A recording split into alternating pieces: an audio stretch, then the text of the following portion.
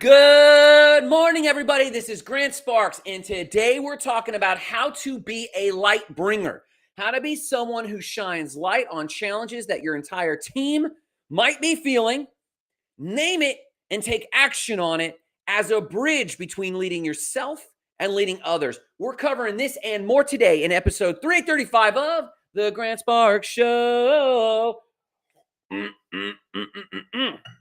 We're also going to be covering a powerful principle you need to know called the Stockdale Paradox that helped POWs get out of the Hanoi Hilton, where a lot of people were abused and hurt, but how this Stockdale Paradox can contribute to you as a powerful leader. And in this one step, you got to see this. Last few weeks, we're covering this little leadership series. And the acronym is LIGHT, L-I-G-H-T. Go back and watch the episode. I'll try to link it in the show notes. The first L starts for leading yourself. You got to be in front of the mirror before you're the mic. We covered this last week and in a little bit of detail on how to lead yourself out of that cave experience you've been having and starting to get into the position to lead. And then next week, we're going to talk about L-I-G-H-T. G stands for gather your group. We're going to be talking about how to gather your group next week. Today, we're covering the step I for illuminate the challenges. And this is the glue. This step cannot be missed. This is how you transition from being in the cave and taking care of yourself and transitioning into leading other people. But this is the stepping stone. This is the stair step to that. So today we're going to be covering about how real leaders light up the dark corners. Before you start giving instructions and telling people where to go, you've got to develop some ethos and pathos, some relationship. They've got to understand that you have empathy for them and that you understand their problem. So today we're talking about how real leaders illuminate the shadows in the corners, naming the things that everyone is feeling, but either they don't want to talk about it, they don't feel free to talk about it, or they don't even recognize it and know the name of it. Remember, being a leader isn't just saying, pointing, we're going this way, we're going that way. Sometimes it's just articulating. Sometimes it's just giving people words. And once you give them the words to use, they can deploy themselves, because the ultimate measure of success of a leader is that you've made more leaders. The ultimate success of a leader is that you've deployed other people to lead themselves. And so we're going to be covering that today. So again, real quick, we've already covered L in the light framework of leadership, how to bring light into the world, and that acronym. We covered that in general 2 episodes ago. Last episode was leading yourself first, recentering your purpose and convictions before you go public. But let's say you've newly convicted. Let's say you found your passion. And if you had to stand alone on the street corner and stand for a topic, you are reconvicted about your cause. You are ready to begin to come out as a leader if you've handled that in yourself.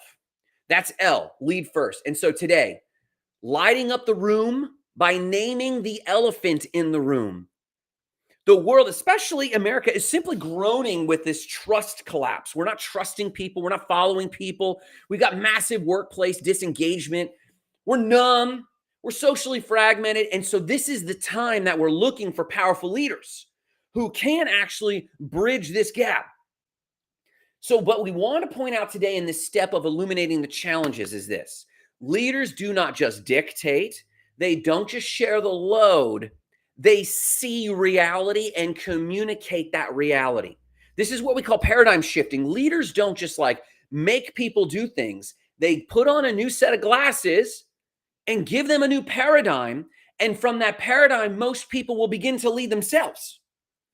They're feeling what you're expressing, but they haven't given it words. And that's what we're going to cover today in today's Grant Sparks Show. But before we do anything, we're starting with Morning Cup of Gratitude. Grab a cup of coffee, grab a cup of tea. If you're on your way to work, hopefully you have coffee or tea. And I want to hear what you're grateful for. I want to see in the comments on TikTok, on Twitch. I want to hear from you, because if you cannot begin expressing gratitude, you are not in the right heart-centered place to begin leading. Leadership begins when you are in a place of gratitude, where you're flowing, where you have this outpouring, right? Instead of inputs, you're an output. Tell me what you're grateful for in the comments, and I'm going to hype you, and I'm going to start first. Let's do it. For my morning cup of gratitude, I am grateful for the leaders who are not afraid to turn on the lights. even when it reveals a mess. You know, we call these powerful conversations or important conversations, whatever they are.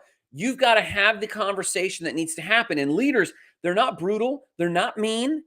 Good leaders don't come in with a heavy hand and accusing and pointing. Good leaders come in and say, hey, you're probably going to think I'm horrible for bringing this up, but we got to talk about some tough things. And then start asking questions and getting people to talk about the things that they're feeling.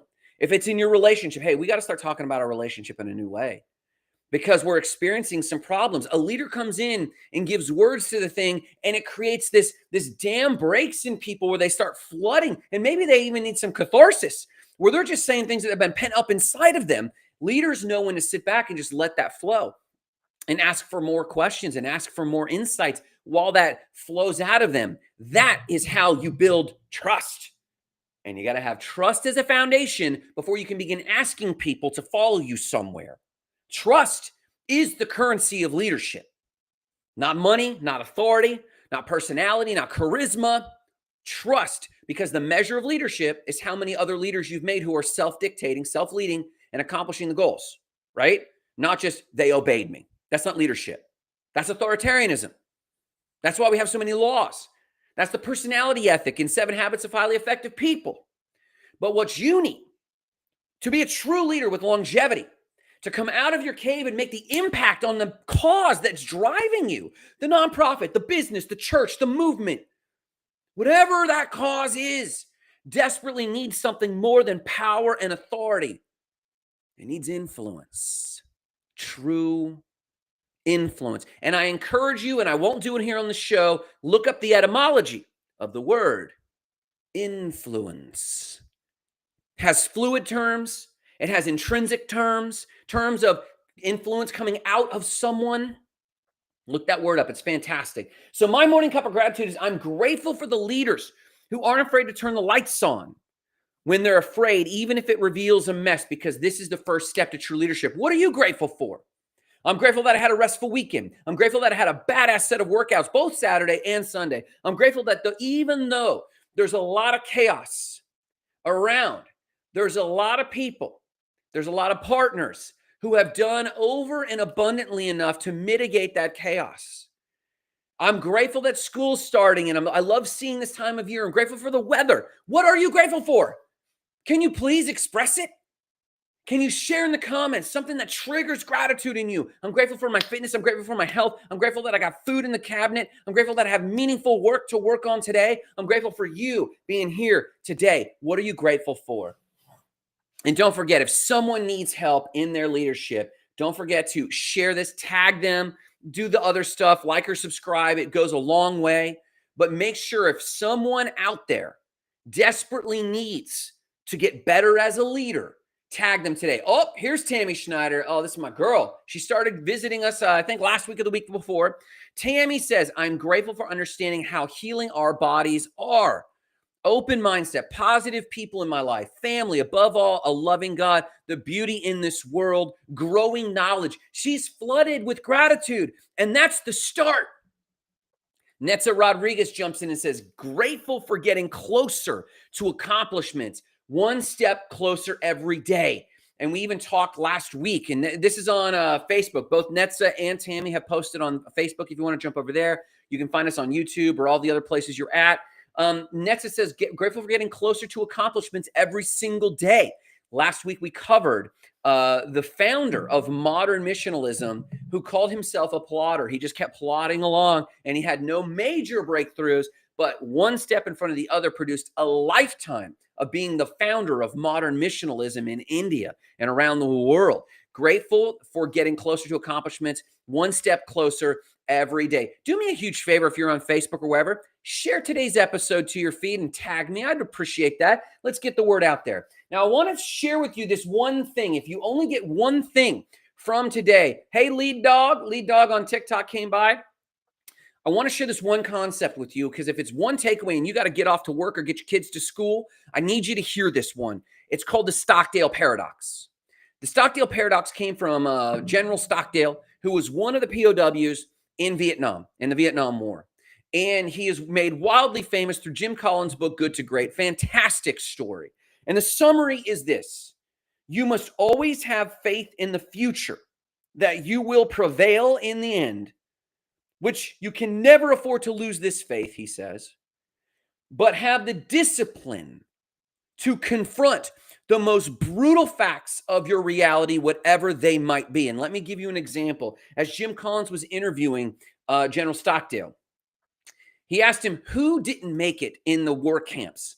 And Stockdale, without hesitating, said the optimists.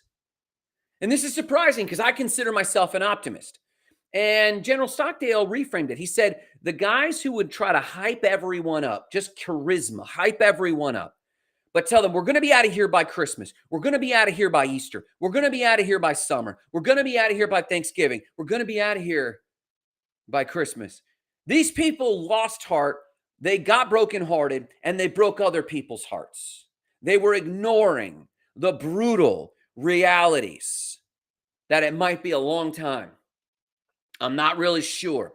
The Stockdale paradox is a leadership paradox, and it's this. To be a good leader, you have to be able to face brutal facts. Yes, we're not making payroll, and I'm sorry, and I'm going to fix it right now. Yes, we're not achieving our marketing goals. Yes, I am concerned that you might not be a good fit for the team, but I want to turn that around. Can you turn that around with me? I think we can come into a good land if we keep down this path.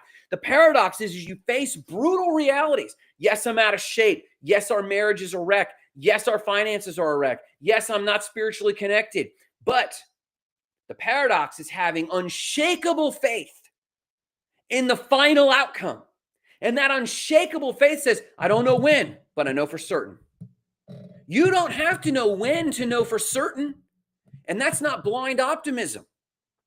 That's signaling to anyone who could potentially be following you that you are committed unto the end, that you are committed until the very end. I'm not sure when we're getting out of here, but we're going to get out of here, and it's going to be tough. We got to gird ourselves. We got to prep for bear. And that paradox, the reason it's called the Stockdale paradox is that quite often leaders think you either have to hide the brutal facts and make it Pollyannaism, or it's only about the brutal facts and it's not about the faith in the future. And in their minds, that can get people going faster. The Stockdale paradox says if you hold both in your hands, you will earn more trust with the people you're entrusted to lead. The people who are following you will cultivate more trust because they realize you've developed this empathy. They realize that you do see what they see, the challenges that they feel underwater with.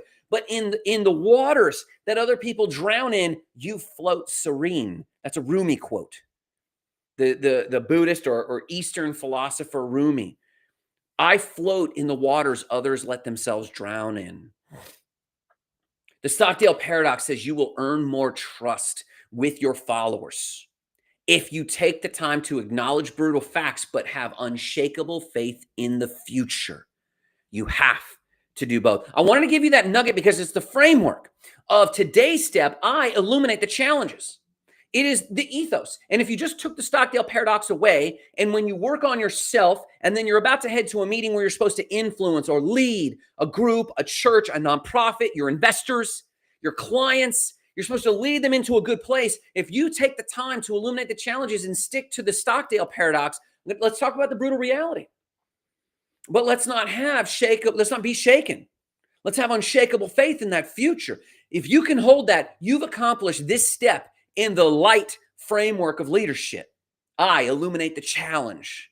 So let's talk about what the actual framework is and what the problems are in order for you to kind of gain ground on where we're at a little bit on solving this problem. Here's the problem. Your team, your clients, your potential followers, your church members, your synagogue members, your political party potential members. They're generally walking in a dark hallway. The lights are shut off. They want to go somewhere, but they're afraid to scrape their knees, bump into a wall. They don't know where they're going. They feel some kind of way. They know they need to go somewhere. They can sense objects in the room, but they can't see them. And without light, they move slow. They don't take risks. They hesitate. They second guess. They don't lead themselves. They ask for permission. They wait until they can get your attention and your permission to clear everything through them. Deadlines get missed. Clients get underserved. In general, they themselves, therefore, lose self-trust and lose morale.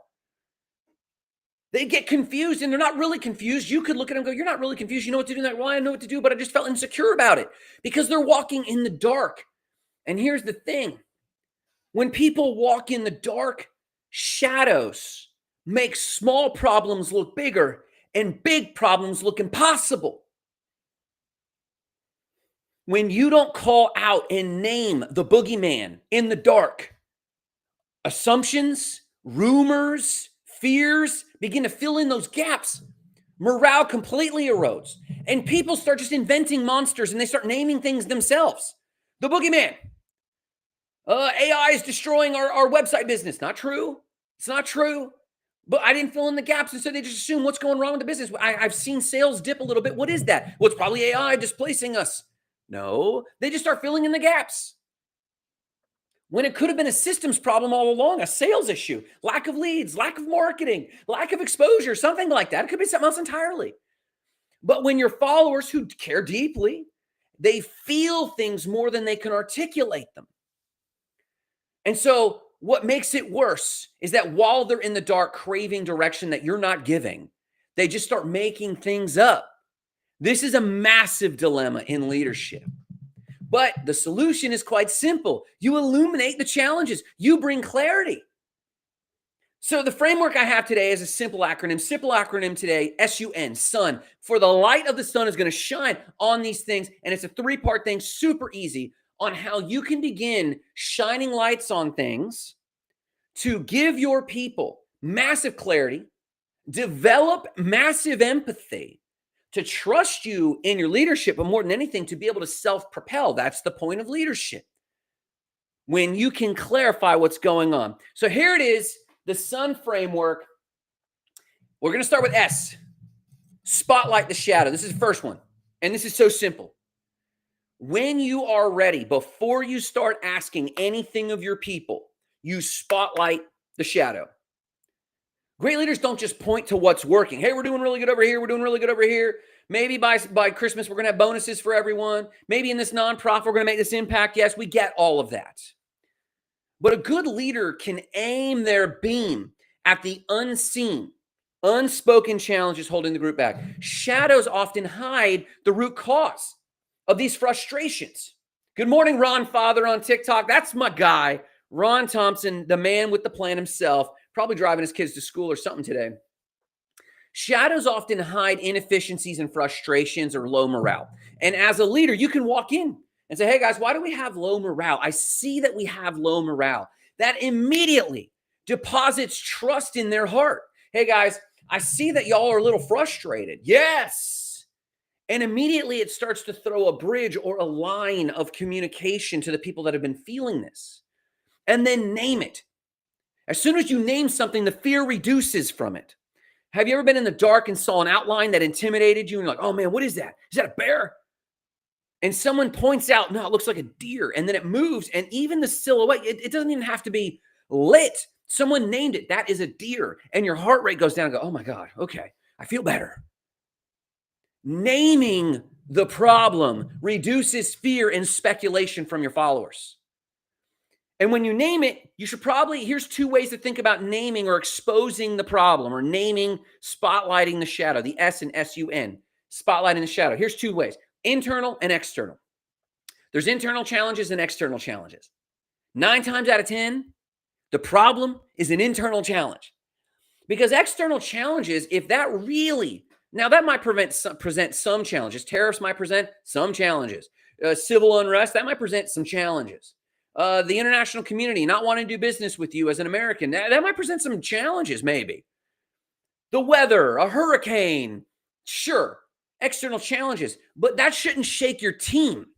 That shouldn't shake your team energy. That shouldn't shake your team's trust in you as a leader. Those things just happen. Calling out internal challenges. Hey, it seems like everyone's a little frustrated. Hey, it seems like these systems aren't working. Hey, it seems like we're not closing as many leads. As a nonprofit, hey, it seems like we're not raising the donations. They don't have the awareness we need. As a church, it seems like we've got a bunch of empty seats. What's going on? You guys don't seem excited about, sharing the good news. If it's a synagogue, you guys don't see them excited about, reaching people and serving others. If you're a political party, maybe your donations are down. Maybe people aren't, sharing the message of the political party, whatever it is. You have to go in and say, hey guys, this is what I'm seeing. What's going on? So the first step is simply this, naming it. The first step in bridging, and you don't say this is what you do. You're not even leading yet. You're not giving commands yet. You are literally just naming something. So here's the action. This is how this can look for you. This is your application. Schedule a team huddle this week. And the only purpose is 10 minutes long, 15 minutes long at most, with your core team. And your only purpose of this meeting is to name one major obstacle that's affecting everyone. Name it if you haven't already. And clearly state, this is what we're up against. We're up against right now, and we've been saying this in the website company, we're up against a perception of value on a website in a post-AI world. Websites have not technically gotten much easier to build. We don't have less labor on websites. There are ways to make something a little more efficient, but quality websites are still a little ways off with AI. So the labor hasn't gone down, but the public believes AI can create quality websites. So they've seen that the price has gone down. So we had to call that out. Hey guys, this is what we're up against. There's a public perception of value on a website. And everyone's like, you know what? I could see that. I could see that. And that earns trust. It tells the team that you're thinking about it. So your action in the S step, your action is to schedule one huddle, 15 minutes long. And your only outcome is that they heard you name a major obstacle and then maybe give them a takeaway. Give them a takeaway. And the takeaway is, I want us to get back together by the end of this week. And I want to hear from you what you believe about this, where this came from. And that leads us to the second step. Here's the second step. The second step is understand, S-U-N, S-U-N. S, spotlight the shadows. U, understand the understory. Every shadow has a source, meaning there's a source of light, but there's a source of the shadow. Something's causing or casting the shadow. Before you can help your people through the darkness, you have to understand the forces casting the shadow. Market changes, internal bottlenecks, lack of resources, or some emotional undercurrent or schism going on in your people. This makes your illumination as a leader, you illuminating the problem, accurate, not just loud. You can walk in making a lot of noise as a leader. That's charisma-based ethics, personality-based ethics, and that has a very limited lifespan. It's impactful, but it's limited in its lifespan. But if you can come in with an accurate understanding of the backstory of how we got here, and it shows that you not only called out the problem, but you also spent time as a leader, because there's a value exchange with your followers. I don't care if they're employees, volunteers, political constituents. I don't care who it is. If you find yourself in a leadership role, this is the only value exchange. The value exchange is this. We're going to work our butts off this way, and we're going to accept the fact that there's profit margin to you that doesn't just hit us. And our expectation is that you are going away, finding the time, energy, resources, or clarity to make life better for us. If you think about Gandhi, Gandhi started a nonprofit, one of the first known functions of like a nonprofit cause in his neighborhood, and they wanted him to actually run this nonprofit organization. There was a sunset on it. It was going to last 2 years. They knew that they were working and funding this so that they could deploy a few people, Gandhi included, to actually make the community better. It's the same with your church. We're entrusting you with our tithes and our 10% of our work, but we're trusting that you're not just going to preach to us. You're going to bring us resources that make our world better. The same with taxes. There's a value exchange. The same in a for-profit company. There's a threshold of acceptance of profit margin, not billionaire status per se. We're coming to the end of people's tolerance of that. But we do accept a certain degree of value exchange. I'll give you some of my time and some of my hard-earned labor if you bring back the time, energy, resources, or clarity that we need to move forward. That's your job. So when you do the framework, S, name or spotlight the shadow, name it, you understand the understory. They're hoping that you were a good steward of your time away, weren't just sitting on a yacht, but we're actually gaining insight that you can bring back and give clarity to the thing. So here's how you do that. Here's your action step. Here it is. Meet with a few of your trusted team members, those who you already have a lot of trust with, and ask them this question. This is part 2 of the action step I just gave above. Ask them this question. What's the real story behind this challenge? Now, you might have your own insights. Remember, you don't have to have all the answers as a leader. As a leader, your job is to garner the resources to extract and determine the answers. This is why a lot of leaders have not done as much schooling as their employees have. Because the skill is not, I'm a better technician. The skill is, I know how to wield resources to get answers. You know the anecdote already of Henry Ford, who was being sued by a group of people, and they asked him, how does this work or that work? And he said, I have a table full of buttons that I can hit a button and get an answer from anyone in the world that I need. He did so much because he knew how to leverage resources to get answers for the people he was leading. So again, action item right here. When you do the first action that we said in the S step, spotlight the challenge, the action was schedule time with your people and simply name the challenge. Then give them a piece of homework. And that homework is, let's get back together by the end of this week. And I want to understand the understory. I want to know what's going on behind the scenes. So you tell me from your own point of view how we kind of got here, just so I know what to troubleshoot. Now, mind you, as a leader, you probably already have a pretty good hypothesis. And even if you know 100% what caused it, the action develops even more trust and rapport with your followers. So the action of asking for this makes them feel valued, and it develops even more trust. And in the back of their minds, they're saying, okay, this guy's equipped with my point of view. He might be worthy of following. She has heard me out, and she's incorporating my input into the next steps. I think I can give her a little bit more trust. That's how you begin to earn trust as a leader. So the first step, spotlighting the shadow, means you schedule time with your people to name the challenge.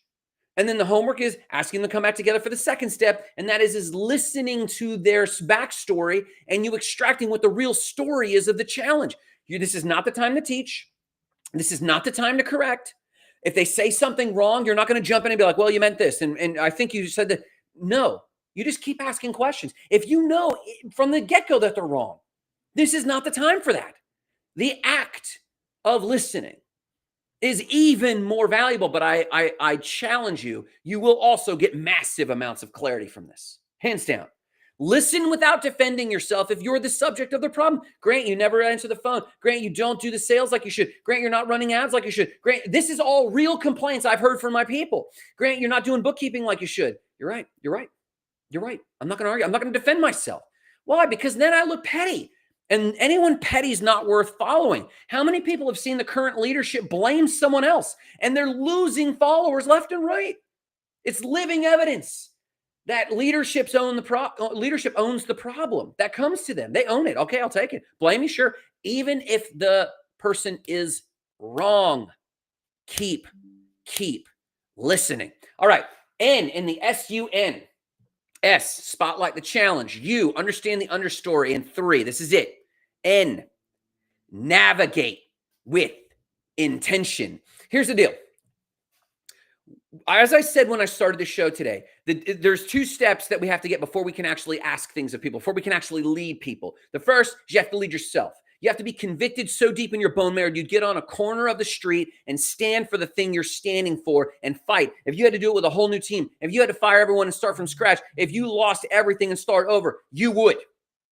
You have to be that convicted. And then you have to have clarity in the problem. You have to lead yourself again out of the shadows. So many leaders have gone into a cave since COVID and they have not stepped out. And if that's you, you got to get in front of the mirror first. What is it? Get in front of the mirror before the mic? You've got to get back to conviction. I'm super convicted about goals and leadership, hands down. And I would stand on a corner. I would stand on the socials for days on end with no viewers, and I'd still be beating my drum on this. That's L. That's L. Lead yourself first. The next step will be gather your team, right? Gather your group, L-I-G-H-T. This bridge step is so critical to stair step into asking things of people. The first, spotlight the challenge, develops ethos and pathos, basically empathy from your people. You understand the backstory. It deepens that trust, deepens that relationship. They're now in full trust mode of, okay, he's got clarity. He's good. and he's listening to me and he's not chiding me. He's not shutting me down. And they start to hit higher degrees of productivity and trust. The end. Now you navigate with intention. Once you've lit up the challenge and understand the roots, you've got to guide your team towards a small action. Now, in manipulation circles, they say a small act of obedience. That's not what we're talking about, at least not with that motivation.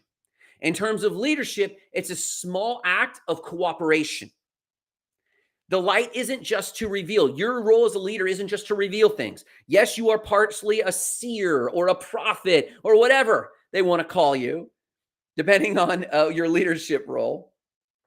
Your goal is also to direct us and so that we get progress, so we get wins. You're the one holding the lantern, and your people need to see you take the first few steps in the cave.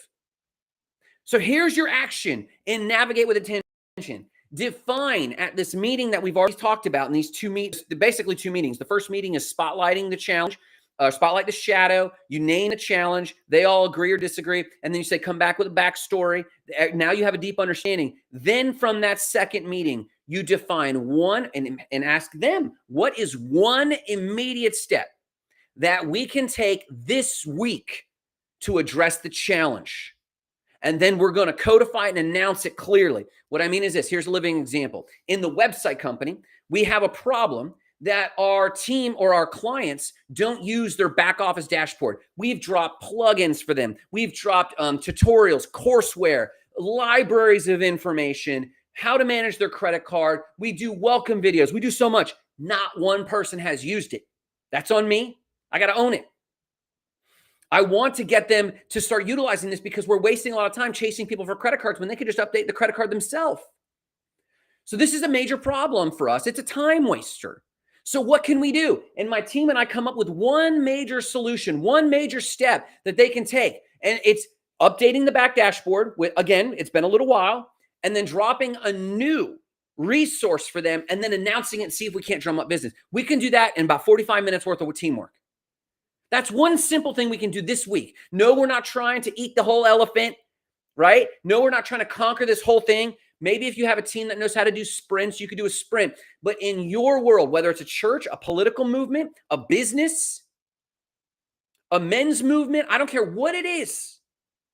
Once you've gone through these other steps, you give them one small win. They need a quick win. I reference sometimes the Scientology church. I'm not in Scientology. I've observed it. It's about 40 miles away from me, but I've observed their leadership. And I have to say, the Scientology church is doing really good on leading people. One of the first things it does when you join their church is you do this protocol and you get this huge amount of relief. Well, it's basically niacin and then a niacin tablet. If you ever worked out, if you ever gone to the gym and you take a niacin, you notice it gives you the tingles on your arms, right? They give you niacin, they have you journal, and then they have you run on a treadmill. And you think, I'm having this spiritual awakening. I've never felt this. I think I even had physical sensations. And lo and behold, yes, that you did. You got a quick win and a dopamine hit that you're making progress. And then you start to step into bigger and bigger commitments to their church.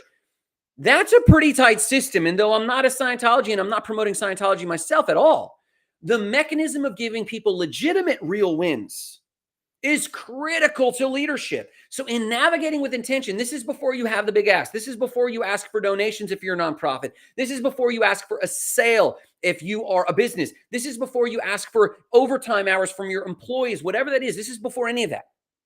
Take one immediate, simple step that you know we as a team could win and get a taste of success and progress. I heard the definition of success from Brian Tracy. Success is the progressive realization of a worthy ideal. Give them a dose of success and then celebrate the fire out of it like you haven't celebrated in a while. S-U-N. To bridge from having worked on yourself in private and bridging to start leading, and we will cover next week, and starting to lead groups. From my experience of leading churches, once I left the church, we still led a bunch of nonprofits in Haiti and the Dominican Republic and trips abroad and internationally to Colombia. We're leading our teams right now in our coaching and training organization.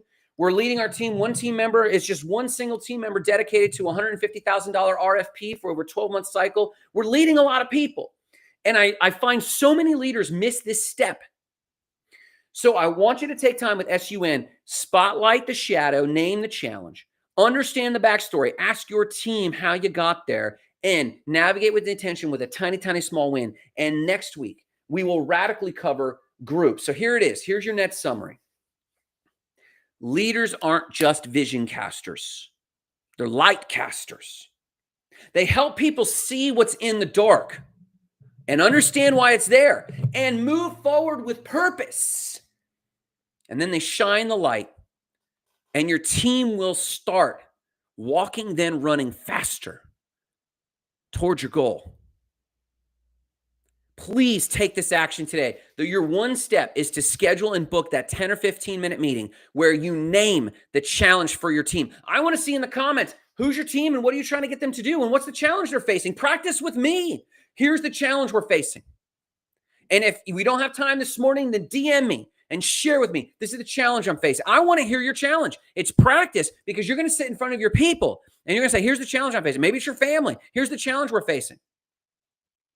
And once you face that challenge together, once you name that challenge, they will trust you more to handle the solution. But you got to name it first. Book that thing on the calendar today. But no matter what you do today, remember why we're talking about leadership at all. A, the world needs it. But B, you need to come alive. You have a calling. You have a leadership calling. And chances are you're not acting on it.